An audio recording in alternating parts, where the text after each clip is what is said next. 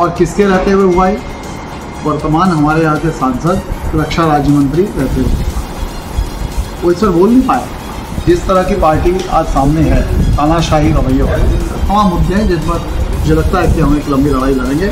परिणाम तो चुनाव का आएगा ही अच्छा और जनता के आशीर्वाद में चुनाव जीतेंगे और फिर इन मुद्दों पर काम करेंगे। नमस्कार, आप देख रहे हैं सुरागीलाल न्यूज और आप सभी के साथ मैं हूं मानी गुप्ता। जिस तरीके से लोकसभा चुनाव 2024 बिल्कुल नजदीक आ चुका है, नामांकन जो प्रक्रिया है वो भी हो चुकी है, कांग्रेस प्रत्याशी घोषित हो चुके हैं। बात करें प्रकाश जोशी जी की, प्रकाश जोशी जी आपको बता दें ऑल इंडिया जो कांग्रेस कमेटी है उसमें पूर्व में राष्ट्रीय महासचिव भी रह चुके हैं। बातचीत करेंगे कि किस तरीके से जो है आगामी दिनों आने वाले चुनाव में वो अपनी रणनीति रखने जा रहे हैं। सबसे पहले तो मैं हमारे पार्टी हाईकमान का बड़ा आभारी हूँ कि एक बहुत लंबे समय संगठन में काम करने का उन्होंने मुझे मौका दिया और आज लोकसभा चुनाव लड़ने के माध्यम से क्षेत्र की नैनीताल और उधम सिंह नगर संसदीय क्षेत्र जनता के बीच जाने का और उनकी सेवा करने का मौका मुझे दिया। आज नामांकन हुआ, 19 तारीख को चुनाव है। आज आपने देखा कि जिस तरह हजारों की संख्या में कांग्रेस के कार्यकर्ता और पूरा कांग्रेस परिवार एकजुटता से आज आया, उन्होंने मुझे अपना मार्गदर्शन दिया, अपना आशीर्वाद दिया और मेरा मनोबल बढ़ाया। तो निश्चित तौर पर आज मैं एक नई ऊर्जा लेकर यहाँ से जा रहा हूँ। तो ये चुनाव हमारे लिए बहुत अच्छा रहेगा और कांग्रेस पार्टी चुनाव को बहुत अच्छे मार्ग से जीत जाएगी। बात करें किन मुद्दों के साथ आप जनता के बीच में उतरेंगे और किस तरीके से जो है आप चुनाव में, क्योंकि बात करें संगठन में, जैसे कि अभी भी हमने बताया ऑल इंडिया जो कांग्रेस कमेटी है उसमें आप जो है एक दायित्व पहले भी ले चुके हैं, तो ऐसे में किस तरीके से जो आप अपने संगठन को लेकर चलेंगे और किस तरीके से आप जनता के बीच में जाएंगे?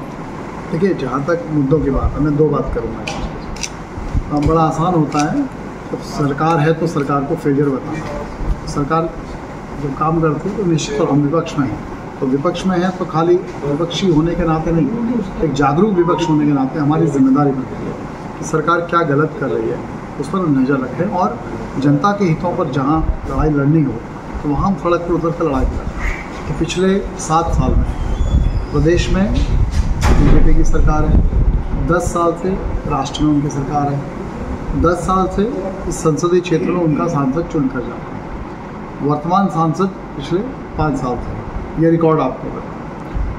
और इतने सालों में अगर आप देखेंगे एक बाय वन में अगर बात करूँ आपसे, प्रदेश में बेरोजगारी बहुत स्थिति बड़ी खतरनाक हो गई है। पलायन पहले पहाड़ों से यहाँ तक होता था, अब यहाँ से और आगे भी होने लग गया। पहाड़ खाली के खाली होते जा रहे हैं और ये संसदीय क्षेत्र तो पर्वतीय भी है और इस मैदान क्षेत्र दोनों क्षेत्र का एक अच्छा मिला जुला स्वरूप है। तो बहुत बुरी स्थिति है। हमारे नौजवान साथी जो अलग अलग उपक्रमों में, सरकारी भी और प्राइवेट भी, जब वहाँ नौकरी करते हैं, आप देखें कि उनकी तनख्वाह होती है 12,000 14,000, इससे ऊपर वो तनख्वाह नहीं होती। वो भी 11 महीने के बाद वो अनुबंध टूटता है तो दोबारा से फिर अनुबंध कराना पड़ता है। वही उसी पोस्ट पर अगर वो कहीं स्थायी नौकरी पर है तो 35 से 40,000 उनका मानदेय होता है, तनख्वाह मिलती है ना। अब आप सोचिए कि योग्यता वही है, उस पद के प्रति की जो योग्यता है उसके अनुसार उसकी योग्यता 35 से 40,000 की, लेकिन मिल रहे हैं 10 से 12,000। ये अन्याय है। कहीं ना कहीं इस विसंगति पर बात करने की ज़रूरत है। वो सरकार के साथ अल्मोड़ा मेडिकल कॉलेज को मैं एक उदाहरण देता हूँ। तो ये उदाहरण है, ऐसे दर्जनों उदाहरण आपको मिलेंगे। 300 कर्मचारी हैं वहाँ, जिसमें जो डॉक्टर्स हैं मात्र जो 25-30 डॉक्टर होंगे, उनको छोड़ दिया जाए तो 350 के आसपास कर्मचारी अनुबंध पे काम करते हैं, कॉन्ट्रैक्ट पे।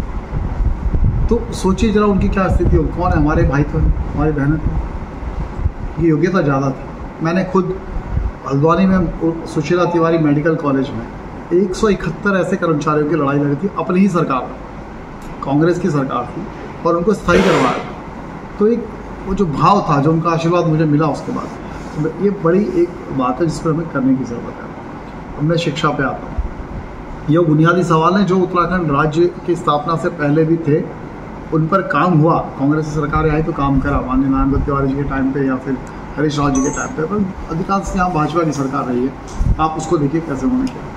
तो शिक्षा में स्थिति ऐसी है, इस संसदीय क्षेत्र में लगभग 4 लाख युवा साथी, नौजवान साथी ऐसे हैं, भाई और बहन दोनों हमारे, जो लगभग 18 से 35 साल की उम्र के। ये एक स्टूडेंट की, एक विद्यार्थी की उम्र होती है। स्कूल छोड़कर वो आगे उच्च शिक्षा के लिए कॉलेजों में एडमिशन लेते हैं। 4 लाख की आबादी के सामने 20 डिग्री कॉलेज है संसदीय क्षेत्र से।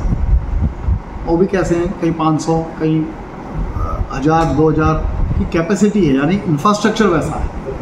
ऐसा नहीं बच्चे जाना नहीं चाहते। अब हल्द्वानी का उदाहरण देता हूँ आपको, कुमाऊँ का सबसे बड़ा डिग्री कॉलेज है। 15,000 के आसपास, 14-15,000 विद्यार्थियों का वहाँ एडमिशन रहता है। सिटिंग कैपेसिटी यानी इंफ्रास्ट्रक्चर जो है वो मात्र 2,500 से 3,000 लोगों को बैठाने की वहाँ क्षमता है क्लासरूम में। मतलब हम फीस तो 15,000 लोगों से, 14,000 लोगों से ले रहे हैं और कह रहे हैं कि नहीं 2,500-3,000 से ज़्यादा हम नहीं बनाएंगे। आप मत आइए, पढ़िए, मन कर रही है। ये अन्याय नहीं है, ये मुद्दे नहीं है। मैं बड़ी बात नहीं कहता हूँ मोदी जी ये कर देंगे, देश वो चला जाएगा, अमृत काल, ये वो जो ये भ्रमित करते हैं। मैं बात कर रहा हूँ लोकल मुद्दे जिन पर आज तक ध्यान नहीं गया। उसी हल्द्वानी का जो MBBD डिग्री कॉलेज है या उसके समकक्ष और कॉलेज है, मान लीजिए उन्हीं में सायकालीन कॉलेज भी खोल दिए जाए तो उनकी क्षमता दुगनी होगी।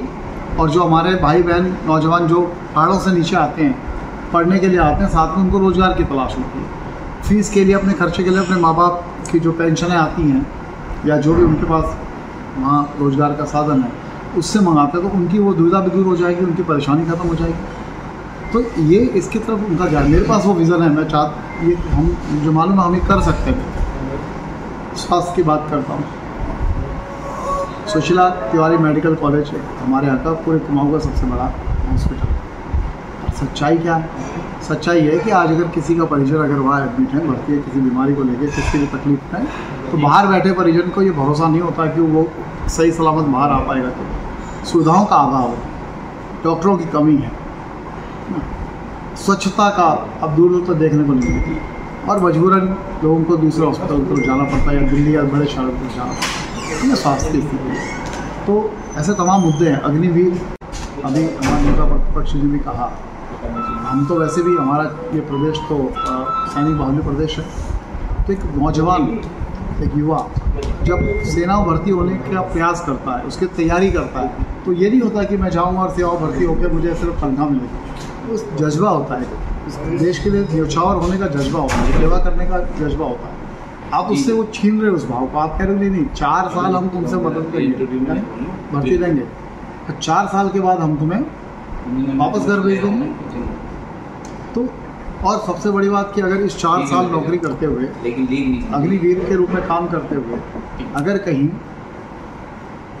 उनकी शहादत हो गई तो आप उनसे वो गौरव भी छीन लें। आप उनको शहीद का दर्जा भी नहीं दे रहे, उनके परिवार की कोई सुरक्षा नहीं है। और किसके रहते हुए हुआ है? वर्तमान हमारे यहाँ के सांसद, रक्षा राज्य मंत्री रहते हुए वो इस पर बोल नहीं पाए।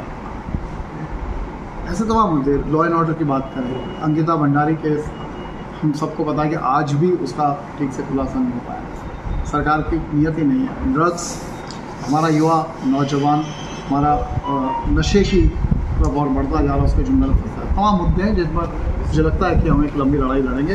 परिणाम तो चुनाव का आएगा ही अच्छा और जनता के आशीर्वाद से हम चुनाव जीतेंगे और फिर इन मुद्दों पर काम करेंगे। जिस तरह की पार्टी आज सामने है, तानाशाही रवैये वाली, तो ये युद्ध की तरह हम मानते हैं। मान लीजिए, इसकी कल्पना करें, युद्ध में कभी ये नहीं होता कि मैं दूसरे अपने विरोधी दल के कितने लोगों को मैं मार दूंगा। युद्ध को जीतना होता है। अब संख्या पे नहीं जाते हम लोग, इसको संख्या से इसकी तुलना नहीं हो सकती है कि कितनी संख्या से जीतेंगे, कितने वोटों से हारेंगे, जीतेंगे, कोई भी क्या। हम जीतेंगे, युद्ध जीतने के लिए, लड़ाई जीतने के लिए, इस संग्राम को जीतने के लिए हम लड़ रहे हैं और कार्यकर्ताओं के मनोबल से हम इसको जीतेंगे। तो ये हमारे साथ जुड़े थे प्रकाश जोशी, जो इस समय लोकसभा चुनाव की हम बात करें तो नैनीताल उधम सिंह नगर लोकसभा सीट से प्रत्याशी हैं कांग्रेस के, और आगामी दिनों चुनाव में जो है भारतीय जनता पार्टी पे काफी सारी बातों को लेकर उतरने जा रहे हैं।